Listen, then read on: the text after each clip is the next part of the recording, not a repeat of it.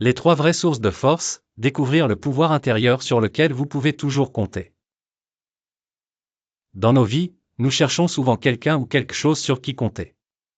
Que ce soit la famille, les amis ou des collègues de longue date, nous recherchons un soutien externe, en particulier en période de besoin. Cependant, que faire si les vraies sources de force dont nous avons besoin ne sont pas du tout externes, mais sont déjà en nous? Aujourd'hui, nous allons explorer un enseignement profond du Bouddha qui nous montre les véritables endroits où nous pouvons trouver confiance et orientation dans nos vies. C'est un message qui nous encourage à regarder à l'intérieur et à découvrir la force que nous avons déjà. À travers la sagesse du Bouddha, nous découvrirons les 3 sources de soutien sur lesquelles nous pouvons toujours compter, peu importe ce que la vie nous réserve. Les enseignements du Bouddha montrent que les vraies sources de soutien ne se trouvent pas chez les autres, mais dans notre propre sagesse et force intérieure. Cela peut sembler étrange, surtout lorsque nous sommes habitués à chercher du réconfort et du soutien auprès de la famille ou des amis. Cependant, en apprenant à tourner notre regard vers l'intérieur, nous pouvons découvrir les 3 sources de force inestimables qui résident en nous. Commençons donc par l'histoire d'un maître artisan nommé Kappa qui, après des années d'expérience, s'est retrouvé dans un état de profonde solitude et désespoir. Sa femme était décédée et le jeune apprenti qu'il avait élevé comme un fils était parti pour poursuivre son propre chemin. Kappa se retrouvait dans son atelier, entouré de souvenirs du passé et du sentiment de vide. Un jour, alors qu'il était assis dans son atelier silencieux, Kappa commença à se demander s'il pourrait un jour retrouver quelqu'un sur qui il pourrait vraiment compter. Alors qu'il réfléchissait à sa situation, une subtile réalisation commença à se former en lui. Et si la vraie source de force ne se trouvait pas dans quelqu'un d'autre, mais en lui-même? C'est là que l'enseignement du Bouddha prend tout son sens. Grâce à une rencontre fortuite avec un jeune moine, Kappa a appris que les véritables sources de soutien ne se trouvent pas à l'extérieur mais en nous. Le Bouddha a parlé à Kappa de 3 profondes sources de force que chacun peut cultiver, le Bouddha, le Dharma et le Sangha. La première source, le Bouddha en nous. La première source de force est le Bouddha, ou plutôt, le Bouddha en nous. Le Bouddha représente l'esprit éveillé, le potentiel d'éveil qui existe en chacun de nous. C'est la partie de nous qui peut voir au-delà des luttes immédiates et reconnaître notre potentiel de croissance. Lorsque Kappa regarda la tasse de thé qu'il avait réparée, il réalisa que tandis que ses mains avaient vieilli au fil des années, ses compétences s'étaient approfondies. Ses luttes passées ne l'avaient pas diminué, au contraire, elles avaient enrichi son travail. C'est le Bouddha en nous, l'esprit qui voit au-delà des limitations du corps et puise dans le potentiel profond que nous détenons tous. Le Bouddha en nous n'est pas seulement un concept abstrait.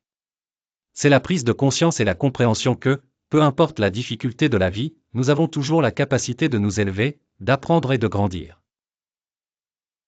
C'est la possibilité infinie en nous qui peut nous guider à travers même les moments les plus durs.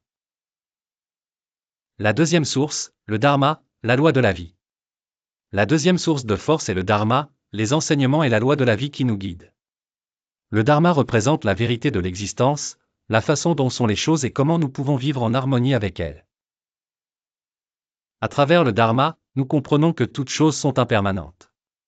Chaque moment, chaque sentiment, chaque expérience est dans un état de changement constant. Cette reconnaissance peut être libératrice. Au lieu de résister au changement ou de tenter de s'accrocher à ce que nous avons, le Dharma nous enseigne à embrasser le flux de la vie. Kappa, par exemple, avait passé des années à créer de magnifiques tasses à thé, chacune unique.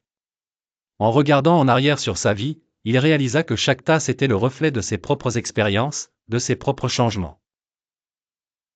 De la même manière, la vie est un processus de transformation constante, et en l'acceptant, nous nous libérons de la peur de la perte et de l'anxiété du changement.